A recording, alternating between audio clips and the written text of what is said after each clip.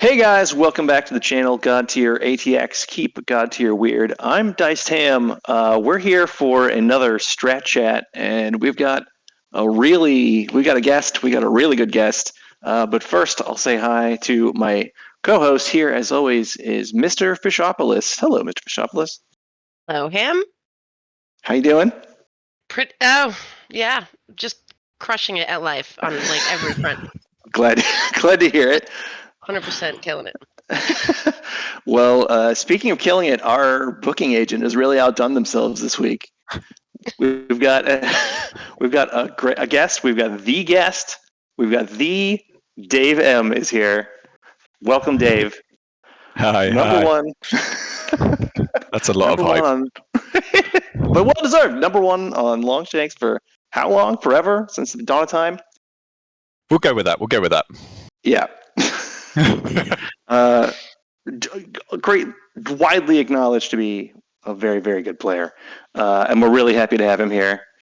Thanks for coming, Dave. How you doing? Hey, thanks for having me. Really appreciate it. Doing better than Fish by the sounds of things. Yeah, I think we had a rough morning. Not difficult. Thanks for coming on, Dave. So we always start with some intro questions for our guest. Do you want to run this section? Sure. So how did you find Godtear?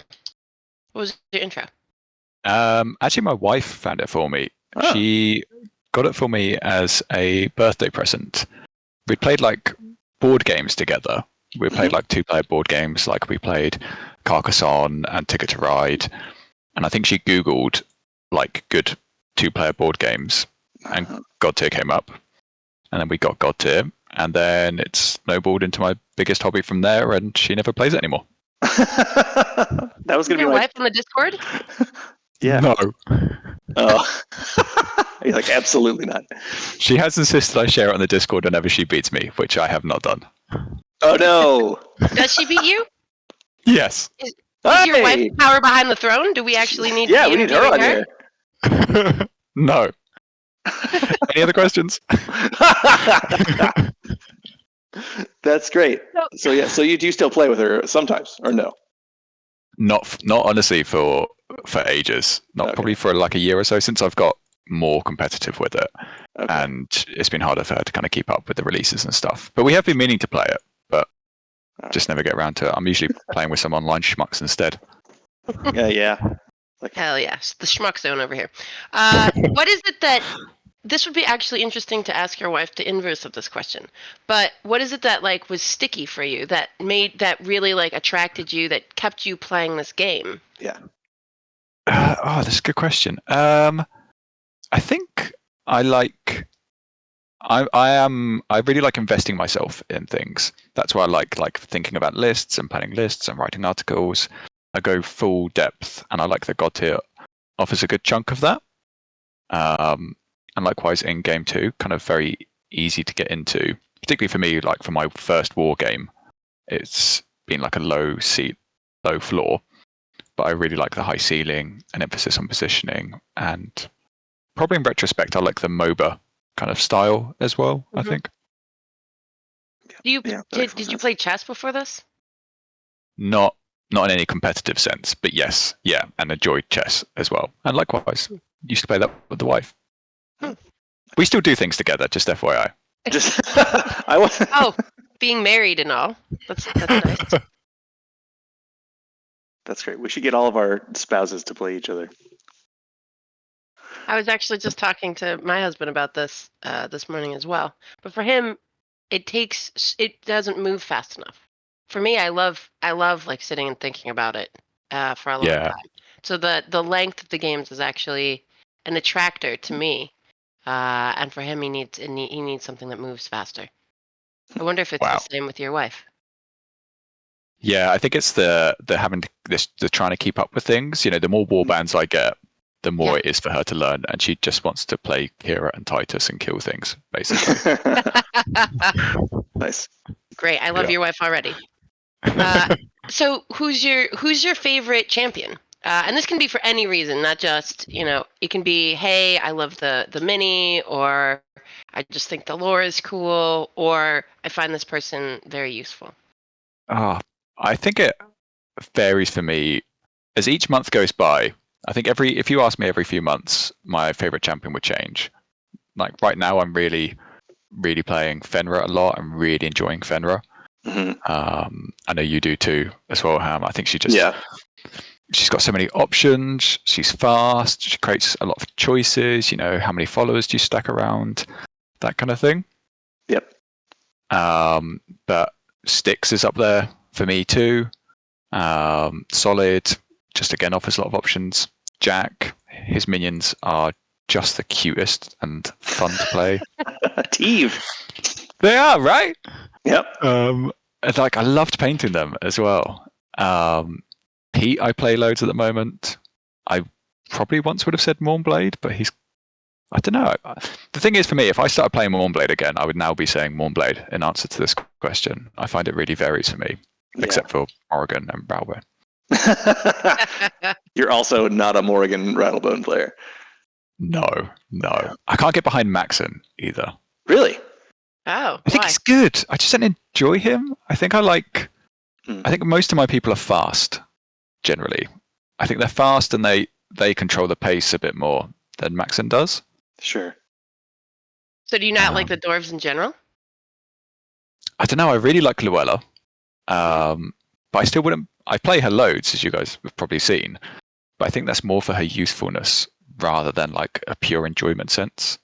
It's like Grimgar, I really enjoy, but I don't particularly find it the most useful.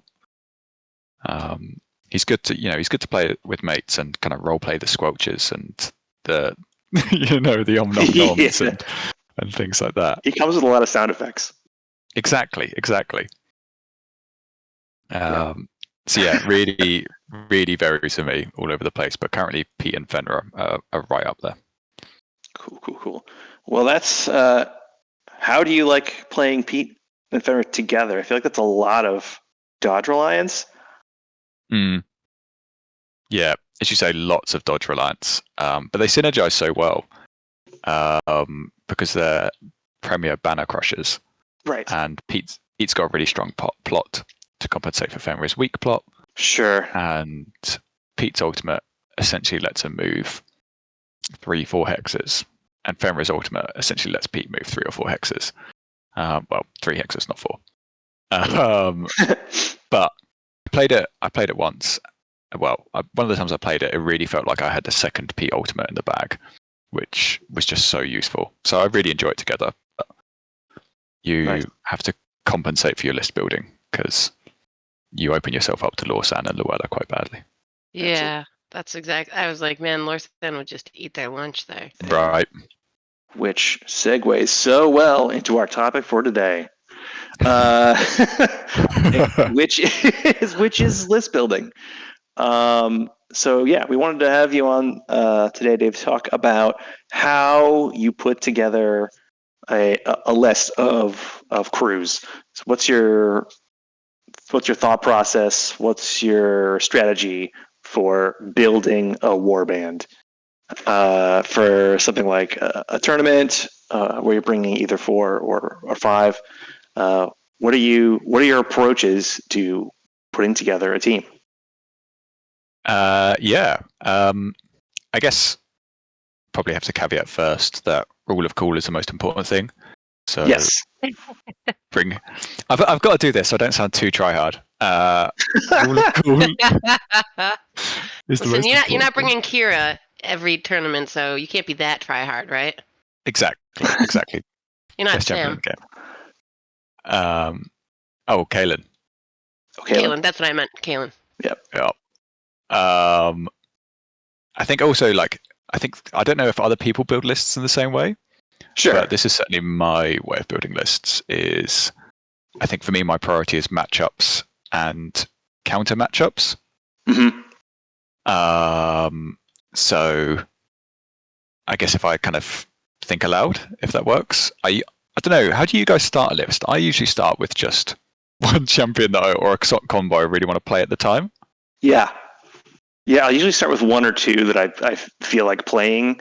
Like last time there was a 5-1-3. I definitely started with Luella personally because I am not very good with her, but I felt like I needed to get better with her. So I grabbed her first and then started thinking about who's going to pair well with her. So I'll often do that or pick one or two. I think like this synergy is interesting, and then what does that leave to be desired? Yeah, I think last tournament I thought about, it'd be really cool to have like Lily and Titus together, because if I can move things closer to Titus, I can almost have like half of his ult every turn if he doesn't have to move in a clash phase. But it didn't really work out as well as I'd thought it would. Titus was not super great, but I was like, maybe I can test out this mechanic in a bunch of different scenarios. So I just tried out something that I was interested in terms of a mechanic. So I just picked a synergy and then filled in around that. Yep. So I think for me, I often start with a champion that I like. So like we were talking about Fenrir earlier. Mm-hmm. So I often start with Fenrir. And then I'm obviously thinking so I think matchups and counter matchups and synergies or compensating for a lack of synergy. So I've kind of go Fenrir, and I'm kind of thinking, who does Fenrir go well with? I think she offers a lot of dive. With her ultimate, for example, she could push Skullbreaker around. She could push Skullbreaker into position. Her passive can put Skullbreaker into position. And so maybe I'm thinking kind of Fenrir and Skullbreaker as my start. Mm-hmm. And Skullbreaker's followers move really quickly to set up Fenrir's attack passive. So again, Fenrir and Skullbreaker kind of start, but then I'm thinking those two are very vulnerable into your Luellas, into your Lawsands, into your Peats. And so there's a lot of anybody with high vulnerability accuracy. there. Exactly. And then I've got to start trying to build the remainder of my list to match these potential risks. Nice. And I find Luella poses a real challenge for that, actually, because I could pick Luella and then threaten Lawsan and Pete. And I think Luella basically does well into all of Fenrir's counters. So I might end up in this position. Mm-hmm. And then it's kind of thinking, okay, who does Luella struggle against? He struggles against Mournblade, but Fenrir compensates into that. Fenrir is really good into Mournblade. So maybe Mournblade's not too big of an issue. Shale, who does Luella struggle into? Shale, but again, Fenrir and Skullbreaker help handle Shale. So I think at this stage, actually, this one feels quite well-rounded. Mm-hmm. So I think there's lots of stuff you could kind of throw in at the end to round it out at that stage. So I guess we talked earlier about Styx and Fenrir. Again, Styx really loves holding an area, struggles a bit for speed, but Fenrir can really just give him a nudge that he needs, Yeah. And then so I'd kind of have my four in mind, and then be thinking at that stage, how well do I kind of stand up against a robust variety of matchups, and have I got any glaring weaknesses? Does that make sense? Yeah. I like that you kind of bounce it back to who am I vulnerable to, and then who are they vulnerable to? Yes. Yeah. Right. That's a smart way to do it. And likewise, thinking about kind of the internal synergies as well. So all of these followers, I think, go really well with Fenrir. So set up Fenrir really well. Fenrir goes really well with Skullbreaker and Styx. Yep. So sets them up really well. I guess I've established, I think Luella handles a lot of the bad matchups for these champions, which is good. But is there anything it feels like is particularly lacking? Do you try to double up on sort of the Luella position? Because here, if your opponent gets a ban, that's the person they're banning, and now you're back to, you have a lot of dodge reliant characters and you're going to be vulnerable to it. So Yeah. Like if you're going to pick a 5-person list, do you try to compensate for the potential ban that could be coming? Yes, definitely. I think So that's how- the nuance. Sorry, go ahead. Oh, I was going to say, so who would be your 5th pick here? God, that's a Because really good question. Because right now, if I'm facing you, I basically ban Luella and try to play high accuracy into you as much Yep. as possible. Yeah. Well, that's Yeah. the difference between like a 4 and a Right, 5. a 4 versus a 5. Whether exactly. you're getting that, that Yeah. ban. But the last tournament, I think, was 5, right? I think it was. Yeah. Because I think people talk about the 5. Well, some people say it's restrictive because you have to prepare for the ban, Hmm. and some people say it's enabling because you can prepare for the ban. So I think in my last 5-1-3, I had something pretty close to this. I think I had Pete in there, and I can't remember who my other one was, Jack. Mm. But that's a list that only works if you can ban Luella. Yeah, that's true. And that's what I did every game against her, so I just banned her. But in terms of if I was building this list and preparing for a ban, now I've messed up this list, so I apologize. God, I don't know. Maybe Wraith. Wraith is high accuracy. He's higher armor. So he offers me kind of strength into the Petes and the Fenris of the world that Luella would. Hmm. I guess the other people that, and this is why I think Luella kind of often appears in my lists, because I often end up with lots of low armor, high dodge. Yep. And Luella mixes that up for me. So that's the kind of internal synergies or compensations. She's kind of rounding me out against enemy Luellas. Because Lorsan fulfills the similar role as Luella, but just offers me the same weaknesses across the board of high Right. dodge, low armor. Mm-hmm. Yep. I mean, maybe Half Tusk. I think my internal bias is probably going against Half Tusk slightly, but Half Tusk, for example, good armor, good into high dodge. Maybe he's a good shout there. I don't know. Does anyone kind of scream for you guys? For a 5th on this, let's see. Yeah. Let's see. So I was actually thinking about Half Tusk as well, just in terms of that plus he sort of self heals. A lot of times, I think with Half Tusk, if I'm playing against him, I almost just leave him alone because he's sort of so boring to chip down that unless you can put Skullbreaker right on him, he's just gonna heal. Yeah. And so, even with some of the other dwarves, Rodri and stuff like this too, I almost just leave Rodri alone a lot of times, unless I can really run a ton of damage into him, because it just takes so long to wear down, And I think that is something in this list where you want to try to make people. To me, I always want to make it so my opponents can't use one character and counter everything, or one lane, high accuracy, etc.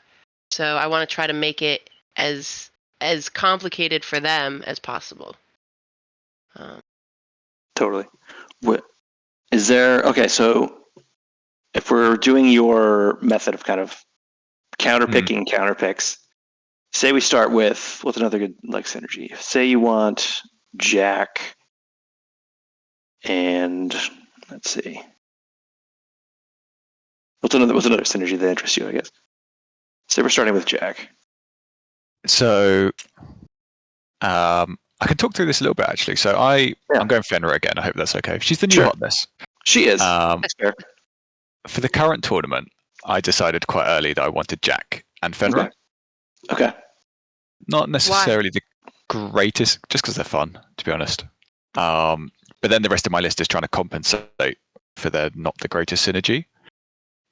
Because Fenrir's obviously got a low health pool, which doesn't go the best with Jack's passive.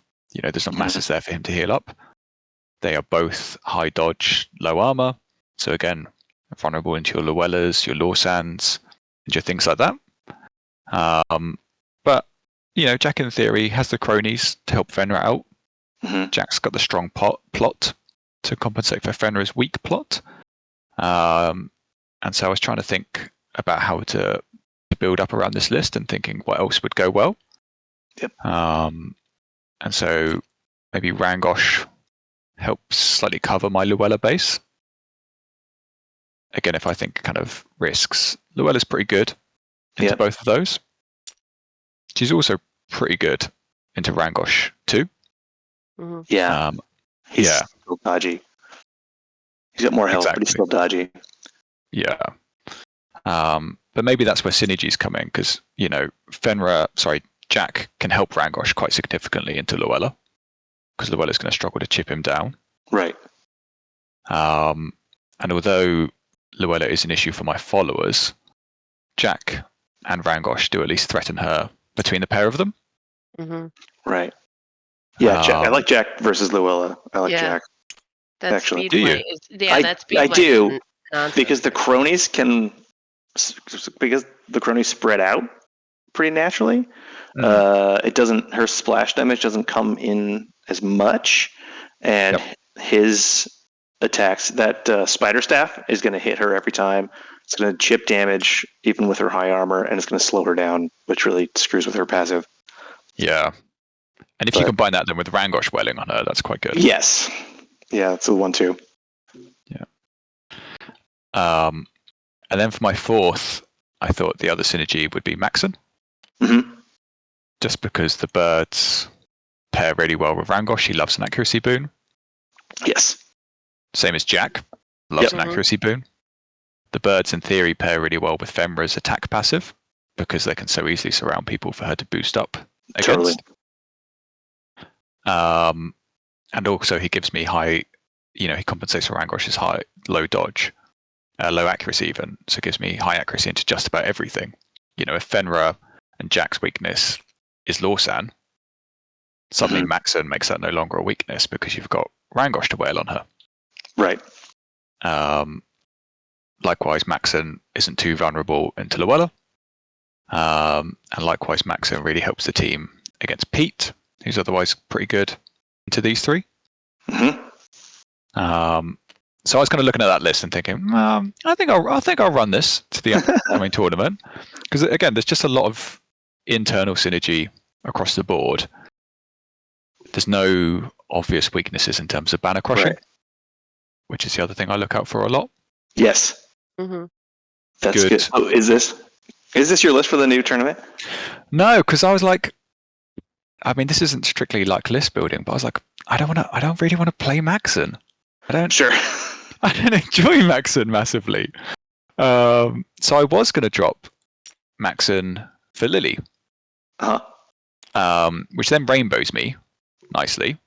So I've got one of every color, and that could help me kind of set up across scenarios. So I was going to put Lillian, but then that just makes me vulnerable to Pete all over again. Right. Oops, sorry, Pete. Do you look for rainbow? Is that something that you're trying to spread yourself across classes, or is that less of a concern as long as you've got this like plugging holes of potential matchups? I think it's nice, but not ideal. I think for me, I look for scenarios before rainbows. That makes sense. So am I ready for what 3 am I taking on death versus what 3 am I taking on construction? Exactly. Right. Do I have people fast enough to set me up on quest? Yeah. Because if you run team human, for example, they're all speed 2. Mm-hmm. And you're going to have a really hard time on quest. And there's no one there to compensate for the lack of speed because they're all speed 2, essentially. Right. The same way in terms of internal synergies, I'll never run Kira and Kaelin together personally. Because although that sounds great, they just completely lack banner crushing, and I think that's there's no one to crush there. Exactly. Yeah, I agree. I was gonna say if that was your list, I hadn't looked. This would be one off of what mine is right now. I have Rangosh, Maxon, Fenrir, Styx. Nice. So using the Styx Fenrir combo. Yeah, exactly. So I I like your like back and forth thinking about matchups. I have like a little checklist that I usually try to go through, where I try to get always at least 2 crushers on the list. Yep. So that's what you were saying about like Kale and Kira is not great. Yep. You'd have to, if it's like an SFG4, you do Kale and Kira. That's a ton of damage, but then nobody's crushing, so you'd have to bring your other two picks would have to be very good crushers. Really good crushers, yeah. Really good crushers. And then you'd almost always want to run your 2 crushers and then Kalen or Kira. Mm-hmm. Yeah. You know what I mean? So even if your list is half crushers, you're out of 4, I think you're going to end up most of the time wanting both crushers on the board at once. Mm. Do you guys take that approach in terms of thinking of your, like having a core that you will always take and then build around it? Because I heard the Banner Bearer guys talking about that and realised I've never done that. I have thought about that a bit, especially if I'm building around a duo, like Max and Rangosh is a duo, and I'm knowing that those 2 are very good together. I might decide like I'm basically always running these 2, and then the other 2 positions are a flex. So if I'm on do I want more speed or do I want more defense? And I can choose per person, per round, per scenario with that last slot. Yeah, I think that's so. I would build, around a scenario too, and sort of do the countering picks like you do. But then I think the last step of that is always, how would this team, like, what scenarios does this team work in or not work? Especially with things like quest or knowledge and stuff, and try to see, okay, where is it vulnerable to certain scenarios, especially when you're going into a tournament, and can I cover for those death versus etc. So I sort of, that's like my last check, and then I go, oh, if there's a huge glaring weakness in some scenario, I'll probably switch it out on that one. Yeah, because I've heard people talk about like a control list where you've kind of got like your Rodri, Shale, Wraith, and I think like Grimgut was the classic, but it's slightly changed, which does seem good to me, but I'm just not sure how it really functions on death. Mm-hmm. I think for that's my scenario kind of checklist coming in, and I'm sure it could function on death, but there's no hex creation. They rely a lot on banners. There's not massive point scoring. So I think if I was building around this list, I'd have to try and start weaving in more functionality for death. Swap out Rodri for Jack, maybe swap out Grimgut for Gene or someone. Yeah, I think you're right. I feel like this is going to run into trouble anywhere that you need to score a lot of ladder steps.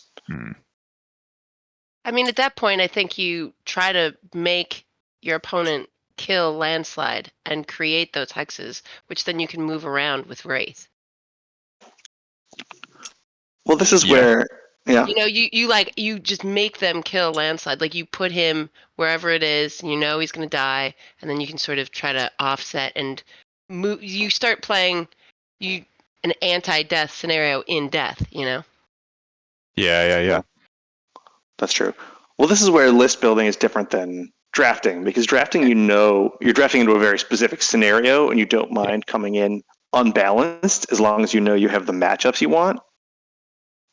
Whereas list building, you're working in a vacuum before any scenarios or any matchups are known, so you're really trying to cover as many bases as possible. Yes. You're imagining, well, what if they come in with a lot of damage? What if they come in with a lot of speed? What if they're super high armor? You're going to want to be somewhat prepared for everything. Some ability to flex in any scenario. So it's a little bit, you're really looking to spread yourself out.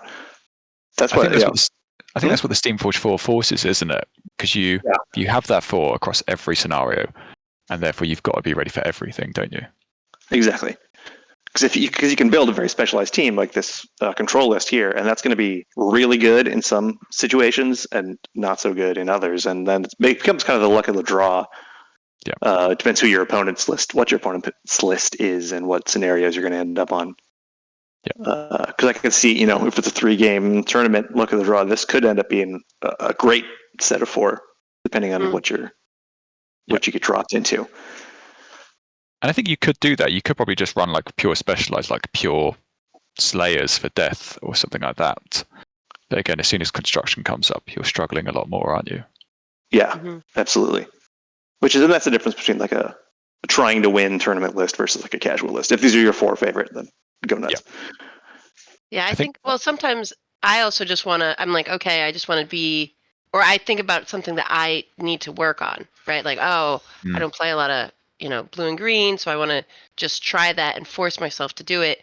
And then I want to lean into what they're good at as opposed to balancing it out the way that you were talking about earlier. I just want to exploit and push that, whatever that trait is, whether it's, Slayers or Maelstroms or whatever. I just want to lean into it so hard that maybe I can make that specialist really workable. Yeah, I think that's definitely part of and I think this is, different people have different approaches to list building. I think part of mine is always building like a balanced kind of generalist, cover all bases. Mm-hmm. Whereas I think, as you said, there's definite strengths to specializing, specializing in killing or control. It's just not something I personally do. Right. That's the second, my little checklist. My first thing is I always have at least 2 crushers, and my second thing is you always want at least 1 red or yellow, and then at least 1 blue or green on the board. You never want to go all red, yellow, or all blue, green, because I feel like even just at that, at the base level, that's too specialized. Yeah. So like this list, I'm looking knowledge or construction, that kind of thing. Exactly. So like this 4 you've got on the board right now. For me, it wouldn't pass that step. It's because your only red yellow is Grimgut, who's like the least yellow. Yeah. I would want somebody that's more damage focused in the mix here. Yeah. But I think you can almost counter that a little bit, because every color has sort of within it shades of that. And what I mean is, like, if you have Half Tusk, he's sort of a red-blue, right? Because he can do a bunch of damage, etc. And so he's a brawler. Sometimes you can, even within, like, just say you're making a green-blue list, you can incorporate the more red or yellow-leaning ones of that color. Does that make sense? Yeah. Sure. Like Morrigan's a control-y slayer. Styx is quite a guardian-y shaper. Exactly. Titus is quite a slayery yellow. Yeah. Yes, there are absolutely shades between the two to take advantage. Just as my red yellow blue green rule is kind of just a rule of thumb that can absolutely be fudged for that kind of specific thing. Because you could forgo I only ever run double Maelstrom personally if both my Maelstroms can kill champions, because then you've essentially got a red between the pair of them. Right. Mm-hmm. Whereas if you had, I'm really cluttering the board now, but if you had Blackjaw and Grimgut, you've just got 2 yellows. There's no orange there at all. You've just got 2 yellows. Right. It's very follower focused. Yeah. That's true. It does. Yeah. Some champions blur the lines between class more than others. Kaylin is very, she's very red for a yellow. Yeah. Whilst we're talking about Kaylin, if you're happy for me to keep rambling on. Please do. So I kind of have a few people in mind when I build a list that I feel particularly conscious of. Mm-hmm. I don't know if this is my bias coming through, but I particularly hold in mind Kaylin, Luella, Mournblade, and Shale. Interesting. Particularly Kaylin and Luella, just because they've got the speed to reach whatever they want. Mm-hmm. Half Tusk is obviously really good into high accuracy, high dodge, but he's not got the speed to choose if he has that matchup or not. Right. Whereas if you've got a warband, I'm sorry, Morrigan. Let's go Morrigan. Titus, Lawsan, and I don't know, Helena. You've got a warband there that's kind of vulnerable to Kaylin across the board, and Kaylin can just choose what she wants to run into. I guess for me, I find these four quite polarizing. Right, I see that because of their ability to pick their matchups better. They can lane change better than most people. Yeah. That's true, and they can be really punishing for somebody with weak followers or somebody with low dodge in Shale's case. Yeah, if you build Lane like is so specialized though that if you don't understand, like if you don't have other movement abilities to get out of the way of the nightshades, et cetera, you can really find yourself like dumped on in that one. exactly the same as Shale as well. If you don't have high enough dodge to manage Shale, you can really get dumped on. Mm-hmm. So I find That's for me, true. if I'm building a warband, again, particularly Kaelin, I feel conscious of not having too many people vulnerable to these guys. Not certainly not three that are all Right. exposed by them. That's true. Yeah, running. I always do kind of run past Kaelin and Luella in my mind, just because I know that Yep. a lot of people playing online tournaments are using them frequently, so they're likely to come up. And like you said, they're better at choosing their matchups, so you want to have options against them. Yep. When you are making a list, say for a tournament, do you think about ban soaking? Well, that's the like 5-1-3 difference, right? Yeah, exactly. I think for 5-1-3, I do, because you kind of want to build in ban redundancy, don't you?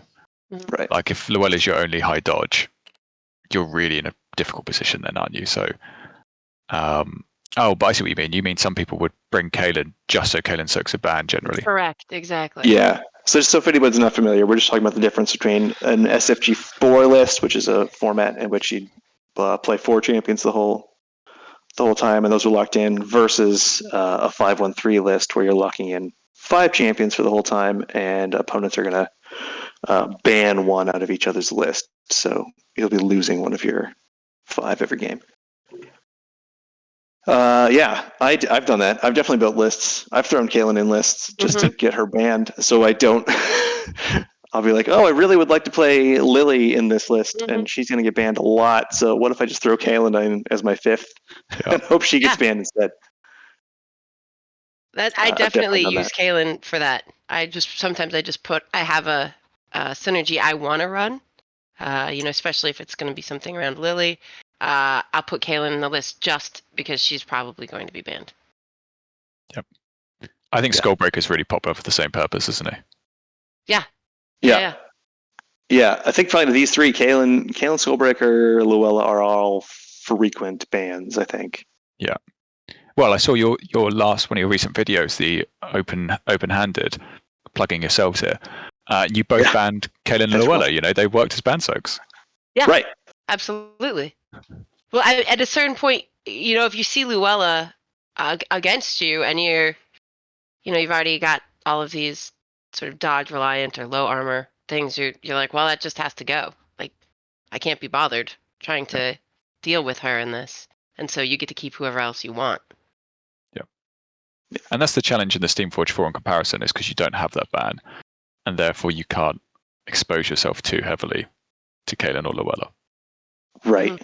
Yeah, you need to plug those holes preemptively. Dave, did you build a list in one of our recent tournaments that was particularly to counter Kaelin? That was my... I feel like I remember you talking about that, and I would be curious about what you built for that. So that was my SF. That was in the Bring 5 list, and I brought Fenrir, Skullbreaker, Styx. Styx isn't like the best into Kaelin, but I think he's neutral with Kaelin. I'd probably bring Wraith if I was going pure Kaelin. Styx, Jack, and I deleted his warband earlier, so sorry, and Pete.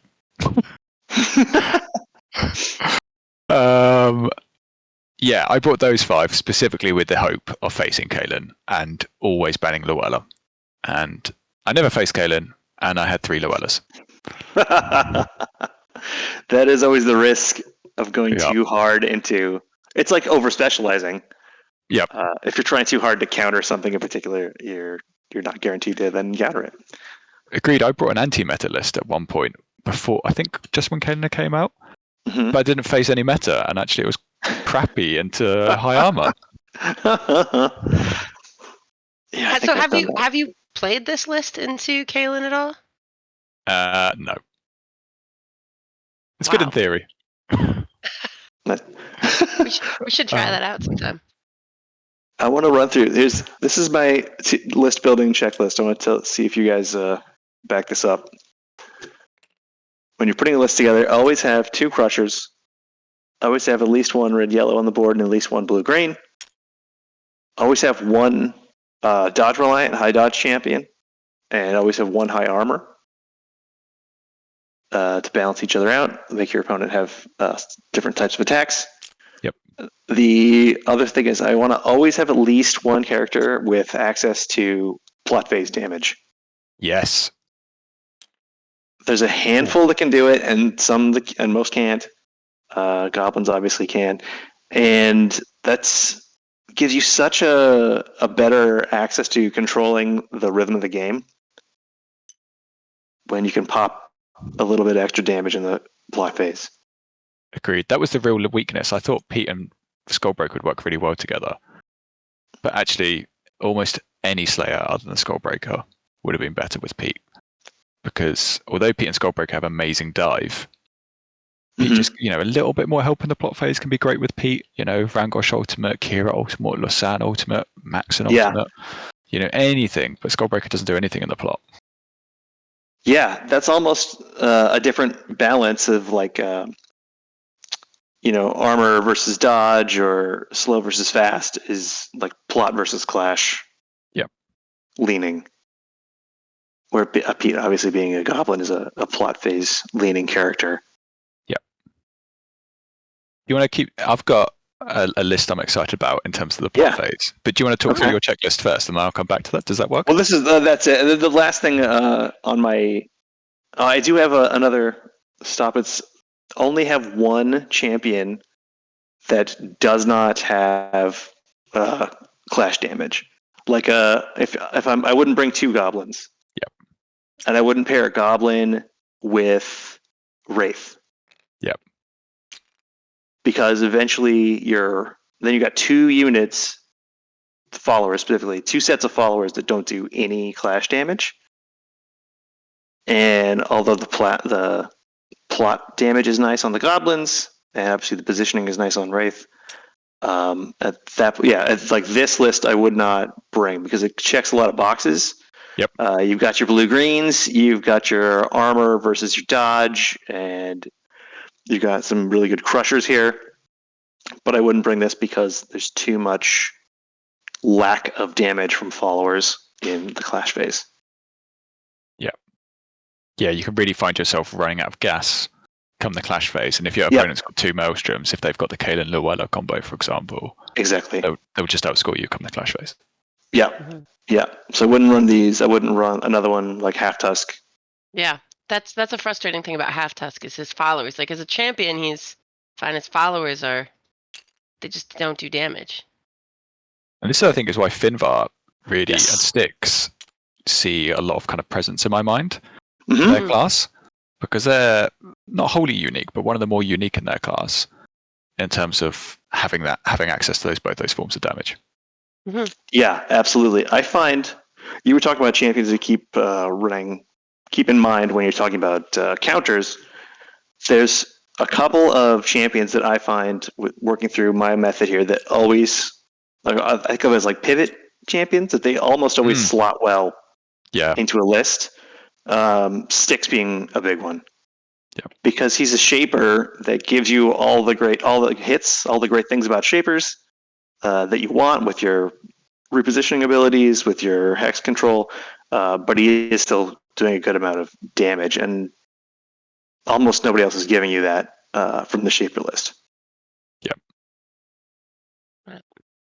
One of your favorites, Tom, is Finvar, because he's just very well rounded. He's just sort of he's like vanilla ice cream, you know. You just sort of like, yeah, great, but you're excited about it. It's fine. I mean, Yeah. it goes well in lots of scenarios, and that alt is just, to me, it increases a lot of the mental load on an opponent, which I like, because when you have characters that move a lot, like Kaelin, or you have that type of huge swingy ultimate, to me, I think it increases the mental load on your opponent. And sometimes I like the idea of creating a list that has so much potential that your opponent gets sort of lost in.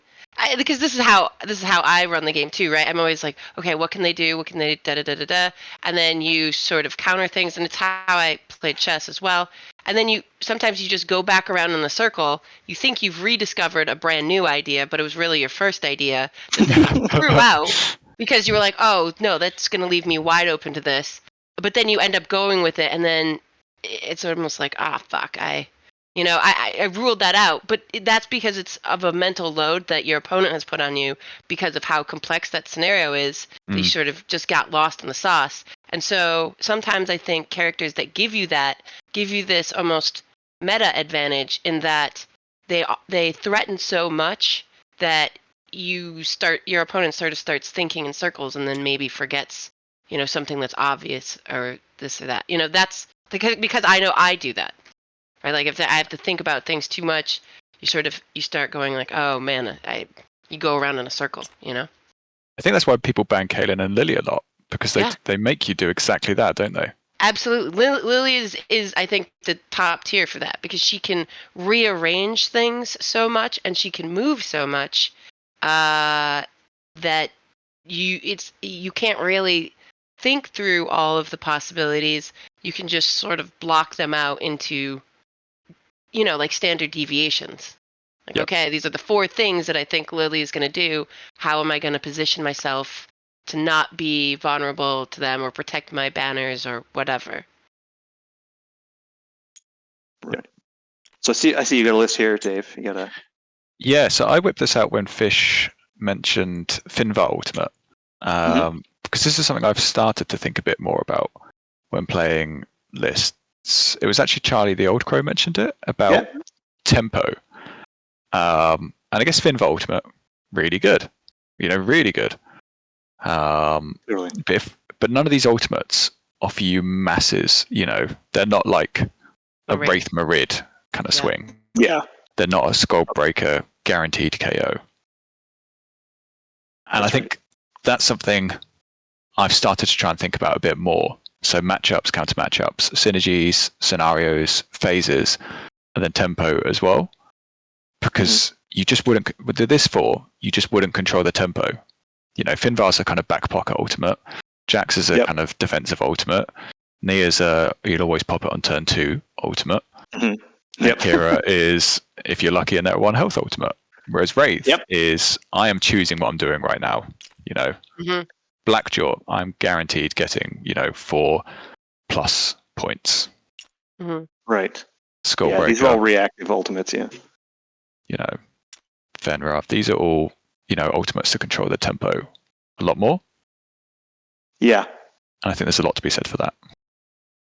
That's a really good call. Yeah, these are a lot of reactive ultimates. You're kind of waiting for the position to come up where, it makes sense to do this now. Yep. Instead of actively choosing. This is good. I also I probably wouldn't run this with my preference for like a match. So I'd always want to have Kira on the board. Mm. You know what I mean? With my red-yellow bounce. So then if I'm running her, then she's not a crusher, so I'd always want 2 crushers. So always having her, then I'd want her with 2 crushers, which means I'm never running Nia. Yeah. Because she's not a crusher.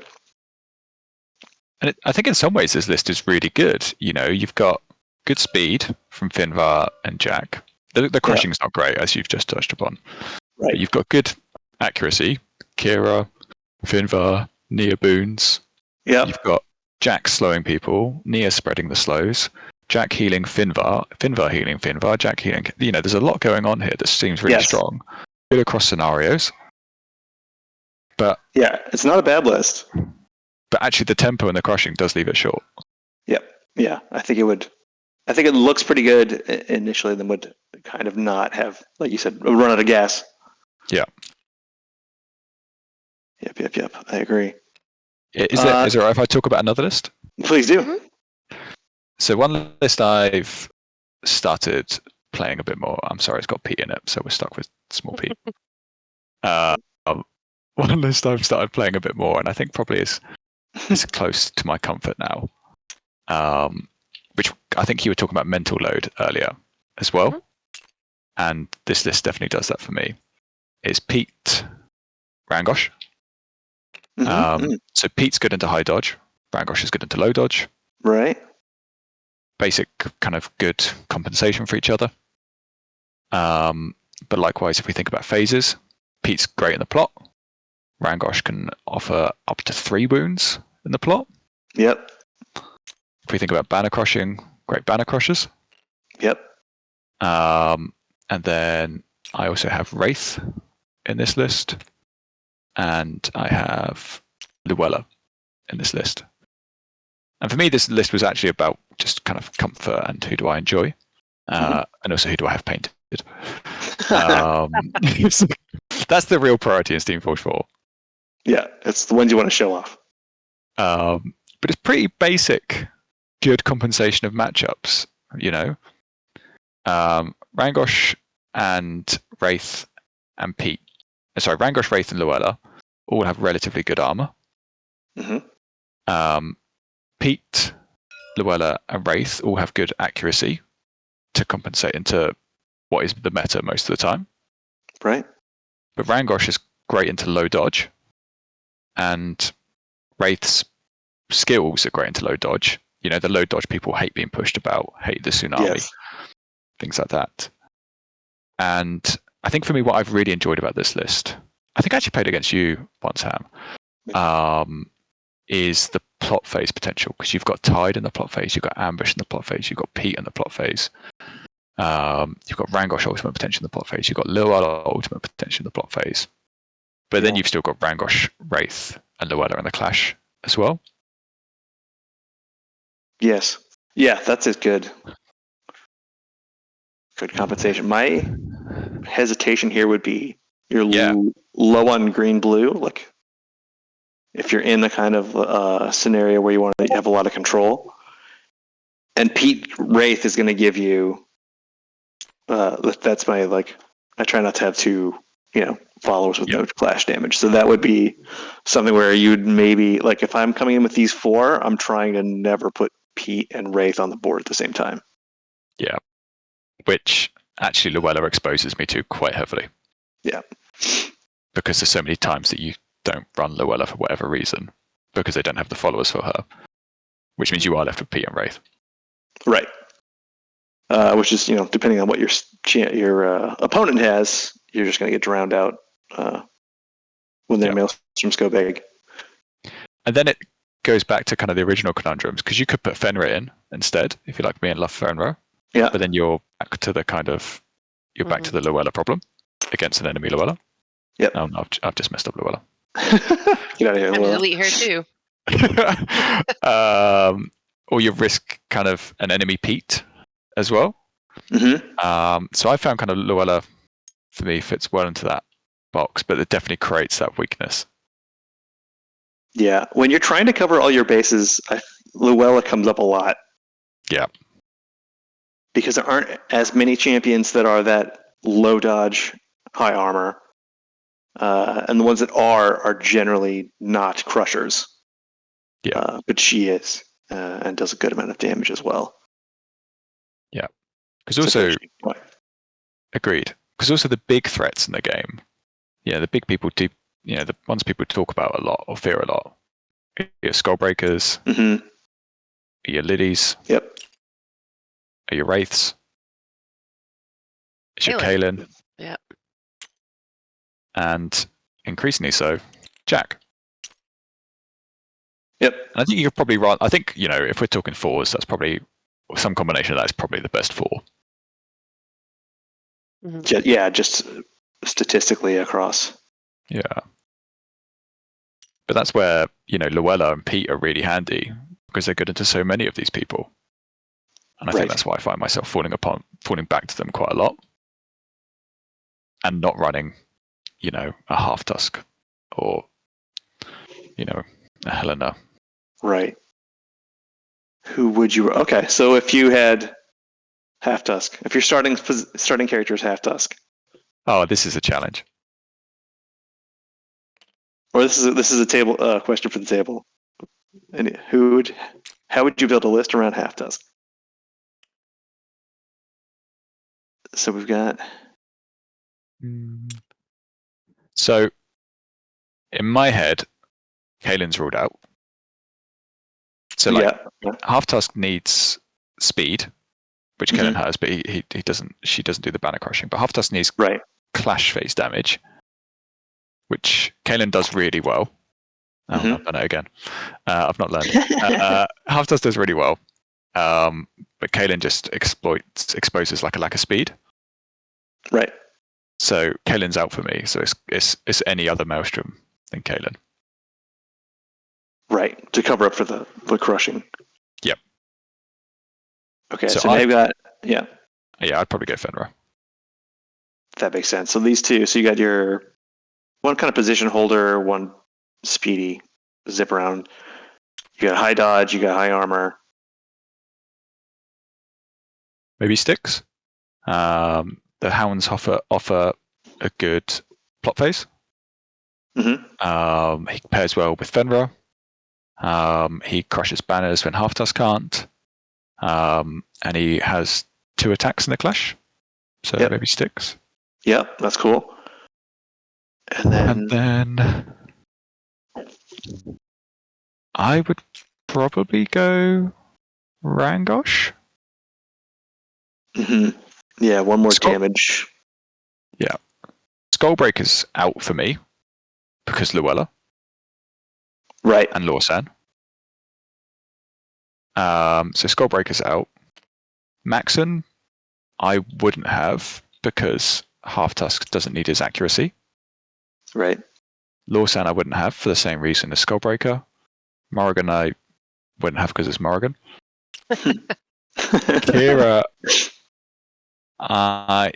Kira you could have, but for me I want at least 3 banner crushers. So I personally wouldn't have Kira. Pete I wouldn't have again, Luella and Lawsan issue. So I'm kind of just with Rangosh at that stage, unless you go like Titus for a orange. Right, to get that extra damage in there. Yeah, I could see a double yellow. Yeah. What do you guys think? I mean, I've actually never done it, but I've been interested in. For me, half tusk, obviously with his passive, blah blah blah.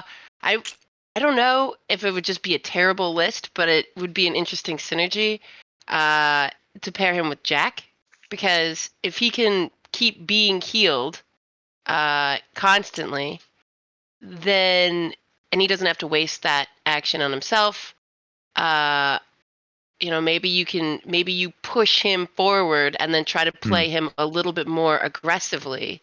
And it would depend on the scenario, right? If it's life or something like this, because maybe you can keep healing him, and he would not just tank like the big hits, but he'd also then be better into. So maybe I do something like this if I'm not just going to go straight like, oh, I need more damage here, I need more banner crushing. Like maybe you look at the synergies and go, oh, that would be neat, that would be fun, or like Lily, right? But she obviously then no damage, blah blah blah. Yeah. But it'd be sort of fun to experiment, followers on hexes. How much can I exploit that? And then is that going to be really aggravating, especially against someone, like Kira, if we're building it all out, or not Kira, Kaelin, I mean, if you're building it all out in life or something like that.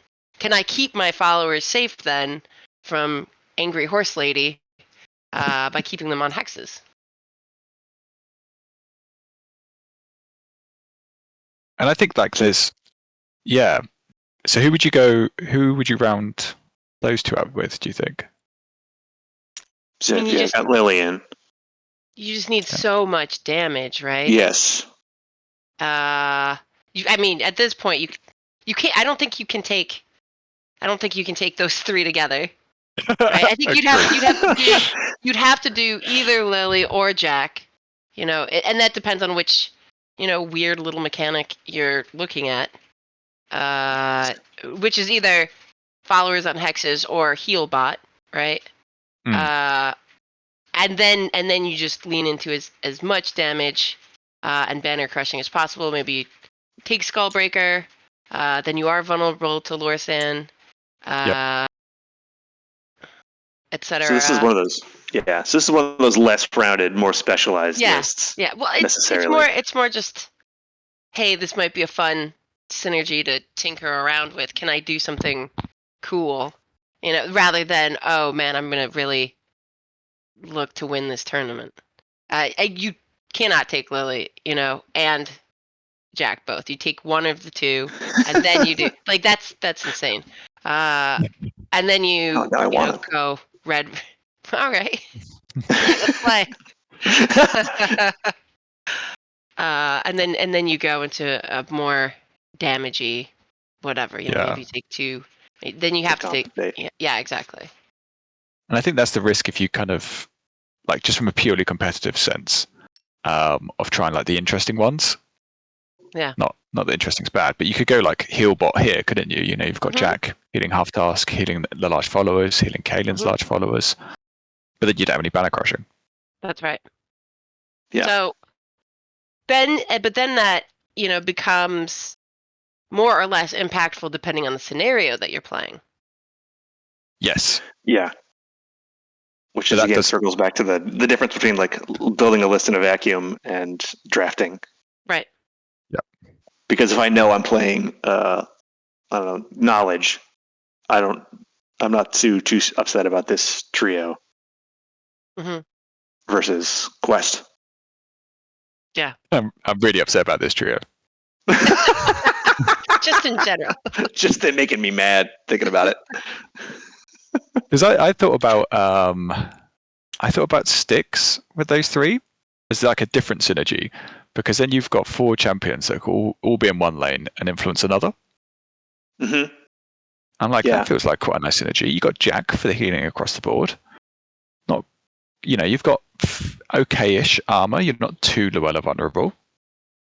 You've got Kira for a bit of high accuracy. But then you're not great on the high accuracy, and you're not great on the banner crushing either. Right. The exercise was to build a list around Half Tusk, and Dave has managed to edit Half Tusk. To remove Half Tusk. That's how much Dave does not want to play Half Tusk. But no, that goes back. This is where I'm saying Styx to me is like such a pivotal list character. I keep trying to make completely different lists that don't overlap. Just as like a mental exercise. Like, what if I okay, so this list of 4 makes sense to me. What if I use none of those 4? Well, give me another list that makes sense. And I keep coming back to Styx because he just slots in to every list so well. Yeah. Something about the specific combination of being a little bit difficult to kill and that ult and just being a shaper that also hands out some damage just makes him slot into so many lists so well for me. Yep. He's also like a weirdly good crusher. Because really good. Oh yeah. If you can put him anywhere, that passive of his, which when I first started playing, I was like, man, what a lame passive. You just like all these other people can do fancy things or move through characters or blah blah blah. And then as you play more and more, it just becomes so aggravating because you cannot move. Like, once he's in the middle of these hexes, that's where he's gonna be wherever he wants to be, and you can't. You need like lilies or something like this, or even like a Skullbreaker to be up close to him to push him while he's alive, because he's just so annoying. You can't get rid of him. Between him and the dogs, he's like a lane and a half, lane and a half of banner crushing, right? Covered, which is great. Yeah, and then the dogs also make you think. As you're trying to run through your plot phase and stuff like this, you really are. They are also high mental load because you are really trying to keep your banners away from being vulnerable to that, torn to shreds. Absolutely. Yeah, He's more. agreed. Yeah. His utility's quite good. So yeah, I keep coming back to him. I keep coming back personally to Finvar because he's another one that can cover a lot of bases in a lot of lists. Whereas a lot of others, I'm then okay. Well, if I have X, then I don't want Y. If I have Kaylin, I don't want too many people that can't crush with her. Yeah. Also, just You don't be the guy that brings Kaylin. and the dwarves. No, Kaylin and dwarves, I wouldn't do. Yeah, that's a nightmare. Yeah. And I think it's the same for me that I keep ending up Luella in my list. I've done it again this online tournament. I've got Luella again because I just keep ending up in a position where I'm just looking at it going, I just need more high accuracy and some armor. Yeah. Every time. Yes. I agree. But there could be real strength in like a list of generalists. Your Styx, your Finvar. Yep. Who else did you say? Yep. And then what have we got? We got so red balance is decent. Red and blue, green, yellow balance is decent. Our plot clash is decent. Everybody's a crusher. Yep. Yeah. Tom hates Luella. She's, I could just hear the sigh. Disappointment in my voice. Yeah. She works. She would, wouldn't she? She really would. Yeah. Yeah, you've got plot face damage. You got your high accuracy, you got your low accuracy, high damage. You got high armor. No bad scenarios. Armory. Yeah. High armor, high. Except for Styx. Death isn't great. You drop Finvar. Yeah, and I'm not huge on Styx on death. Yeah, it's okay. And then you're in a weird position. Which is ironic because he is death. Styx on death. Well, you put him in the middle. Yeah. This is now we're talking about the death scenario, but you just put him in the middle and then try to use the end phase to kill off the hexes on one of the wings and collapse another champion into that lane. This is a good list we've stumbled upon here. Yeah. Just in time for nobody to use it in the new scenario. The new No. Yeah, you have to call it the pun title. It's the general list. General list. Yeah. There it is. Dad joke of the day. Nice. We've arrived at the general list. All right. From here, let's just switch over to 513 for a little bit. So is there anything that you're thinking about differently when you're taking that expanded list? The difference being you have one more champion and the bans are coming. Redundancy and not having a linchpin for me. Talk about a linchpin. Damn, I wish I could. It's more because someone else talked about this once. I guess redundancy is quite obvious. It's having multiple kind of high accuracies. I guess if a linchpin could be a list where you're really relying on someone to tie it all together. So I guess Shape is probably more naturally fall into this realm. But maybe you've got Nia, you've got Rangosh, you've got where's Jack? You've got Jack. Let's get Styx back. Actually, Styx again. Always, always. And you've got who else would be? I mean, John would often go to Jean, wouldn't he? I mean, this seems like a pretty solid list. But I guess cool. So your linchpin here would be Nia? I'd argue it's Nia because she's offering accuracy to Rangosh. She's copying the boons from Jean. She's creating hexes and copying blights from Jack. And she's creating hexes and copying blights from Styx. Right. And without Nia, the list is suddenly really exposed into high accuracy. Yep. And without Nia, there's much less internal synergy. There's much less kind of action efficiency. Maybe Okay. maybe you could say the same thing with tempo, for example. Maybe you've got one champion like Wraith is your big ultimate, and you're relying on Wraith for the tempo, or Skullbreaker is your only damage, and you're relying on Skullbreaker for the damage. So that's kind of somebody who's going to have the most synergies. Yeah. Yes. Yeah, kind of pulls it together. I know Regardless. John, for example, defers a lot to Gene. John Remus on the server, one of the top players in the server. He defers a lot to Gene, and people ban Gene against him all the time. I know. Partially because it's same.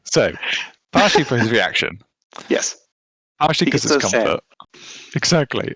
And partially because he always brings her because she always is serving a really important role in his lists for him.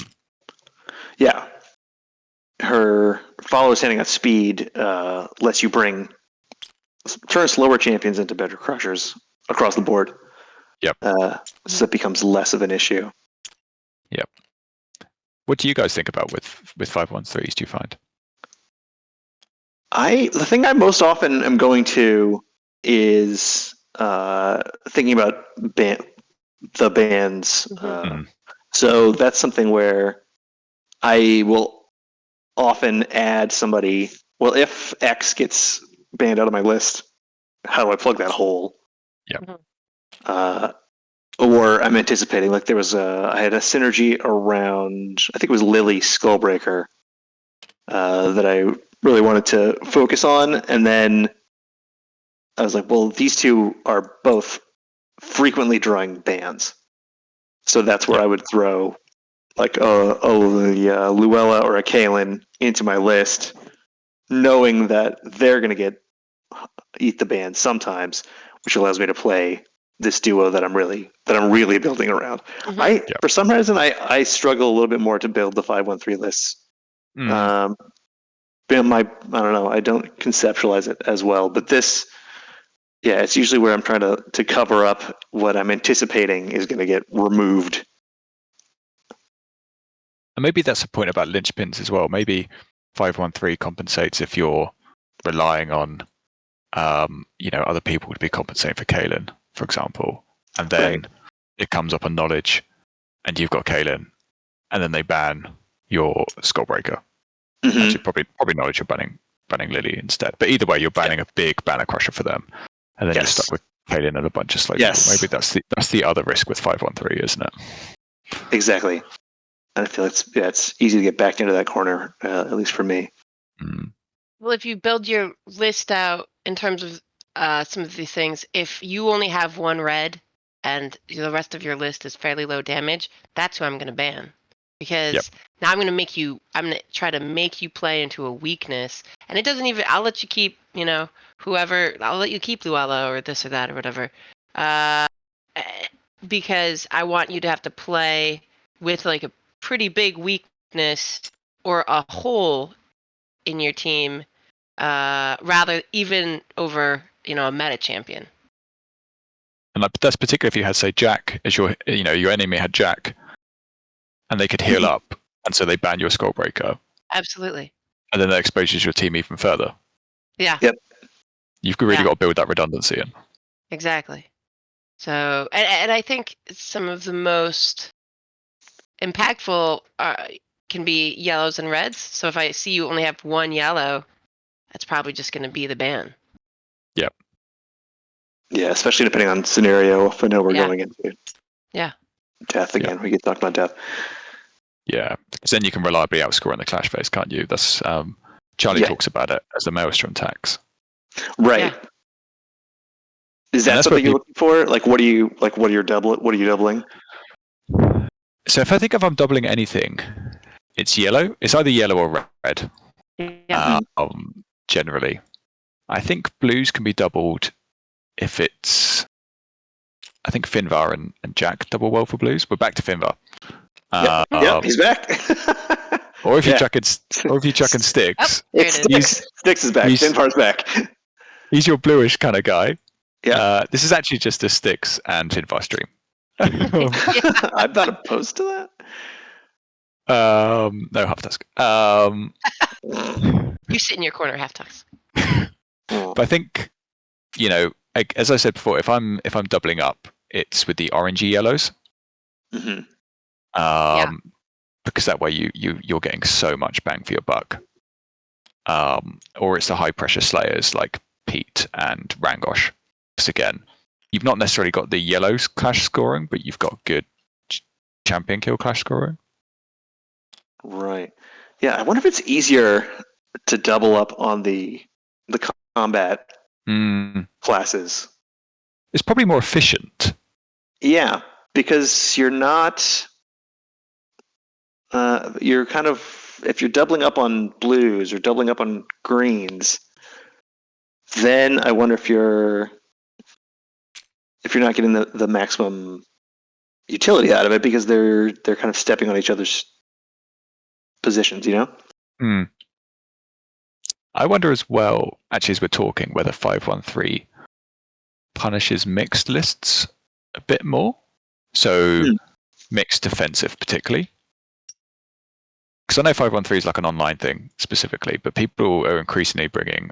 I brought this the first one, I think, and it felt really powerful. Luella and Kalen. Mm-hmm. Because okay. one Yeah. of them, you ban whichever one. You know, if you've got second ban particularly, you can just ban the enemy out so that Luella or Kalen has good targets, or you run them both and you've got guaranteed good targets. Right. And I think people have increasingly started running Luella and Kalen together. And I wonder if that punishes mixed defenses. You know, if you've got high dodge, you just ban Luella, and then you're sitting pretty happy, and vice versa for armor. But if they've That's got true. both, it's quite challenging. That's true, and plus, if you're running those two, if I'm coming against a list with those two, I got to ban. I probably want to ban one of them, and then the rest of your list is safe. Yeah. Although there is, you know, one person that does pretty well into both of them. Finbar, he's back, and bigger than ever. This message brought to you by Big Finbar. I think redundancy is my main thing. Redundancy and potentially building a list around a ban is certainly my main thing with 513s. Yeah, like I said, I'm always looking for the ban on that. Yeah, and trying to anticipate. Yeah, what's still going to be able to? What am I still going to be able to do if I lose XYZ? If I lose Lily out of this list, what can I do? Yeah, if I lose my Clash Face scorer, what can I do? Right. Yeah, that is something where I do. In a 513, I want to look at for two options for Clash Face damage. Yeah. And likewise, you know, you can't rely on just Jack to carry you across construction because he might get banned. Right. Or just kind of Grimgut to speed your team up for quest or something like that. Yeah, it's true. Anything that you're counting on has to be doubled. Yeah. So Grimgut and Jean. Yeah, I guess at that stage, if your opponent's banning Grimgut, you're sitting pretty happy. Yeah, that's true. But maybe that's where Grimgut shines in a 513 in retrospect. Because if you've only got one he forces the Maelstrom tax a little bit more. Interesting. So if I've got Luella and Grimgut. So let's say you've got these five. God, this is like the first time I've certainly mentioned Blackjaw today. Let's say you've got those five. If your opponent bans Blackjaw, Grimgut suddenly becomes a lot more powerful. Right. You know, that's where it incentivizes bringing two Maelstroms in the 513 format, because you need a second person to deal with Grimgut or Mournblade, for example. Right. You do have the Skullbreaker walk can kind of ignore the Wretchlings, but yeah, agreed. All right, just to make the example. There we go. Now Grimgut looks really strong. He does. Yeah, I love a I love a good Grimgut. Yeah, agreed. I don't find I bring him in lists much, though, personally. In this, no, that's where I was saying some champions end up being kind of pivot points for these lists. I think Grimgut is one that I really enjoy playing. I'll definitely like real cool for fun play, bring him. And I like drafting him when I know he's going to be effective. But in a vacuum, he has too many counters that I'm not going to bring him as one of my 4. Yep. And cross my fingers that I don't come across one of the people that really bullies him. Yep. He also sort of has that opposite of a mental load. Like, I like playing against Grimgut because I can park any champion I want next to him, and he's not really going to be able to do much. Yeah. I mean, obviously the Wretchlings, we got to take care of those and keep them under control, but he just can't do damage to a champion. Right. So he's just so for me, he loves he's a also dragon. He's yeah, of course. He's a big bag of hit points that I feel like I can then pocket him however I want. Yes. I can drag him along with low health into turn 3, and I know I'm going to get those points. He is an extremely pocketable kill. Yeah, because I can work on him. Oh, do I want to kill him in turn 2 or this? Or I want to keep him there, because once you just wear down that health pool, he's just sort of limping around, and he's he's vulnerable. Like you just know you can. Whereas as Tom has just run into, like Wraith Marid can just be sometimes just spiky tanky. You just think, man, I think he was at 1 health for 2 rounds 2 turns, of our game. Yeah, everything, you just couldn't quite get through that armor, frustratingly enough. So he's hard to pocket because you just can't, unless you have some sort of auto wound and you get him down to 1. You can't guarantee that. Whereas with Grimgut, he's an easy pocket. True. Yeah, and I think that's again probably why he shines in 5-1-3 a bit more, because his matchups are so exploitable in this SFG4. Whereas in 5-1-3, you can maybe ban the person who's most likely to punish him, like Skullbreaker in the previous example. Exactly. Yeah, yeah. You can definitely find slots for those people that might be vulnerable.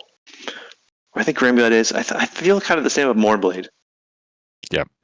Where depending on who he's against, he can be really strong or not so hot. Mm-hmm. So I don't often put him in a list for that reason, but I love to draft him. Yeah, his mechanic is fun. Yeah, no, he's super fun to play. But just if I'm trying to win in a vacuum, I'm not often putting him in a list. Yeah. Yeah. And I think that's the challenge from Mournblade and 5-1-3. If your opponent has Maxon, you have to ban him. Yes. And then you've telegraphed that you're bringing Mournblade. Exactly. Yep. Yeah. I actually find myself bringing Kaden a lot less now, partially because, the reputation. But in an SFG4 specifically, now Construction's out. 3 of the 7 scenarios? 3 of the 7. Life, Knowledge, and Construction. Kaden struggles in? Yep. So I think she's got a lot more viability in a 5-1-3, also as the ban soak, than she does in SFG4. Oh, yeah, that's a good point. I hadn't thought about that. I don't see Kaelin in a lot of 4 lists. Yeah. Because you're limited to... You don't want so much crushing to compensate for her. Yeah. How would you build? Let's build a 4 list. Okay, Mournblade and Kaelin. Let's flesh out this last list here. Oh my. Let's make a 4. So in my head, from now on, you need premier banner crushers. Yes. Like only the best banner crushers from this stage onwards. I'd probably go Skullbreaker and Wraith. There you go. Tempo's really good. Yeah, so you got a good red, yellow, blue, green balance. You've got some armor. You got some dodge. 3 good crushers. Or 2 good crushers. 1 okay crusher. Yeah.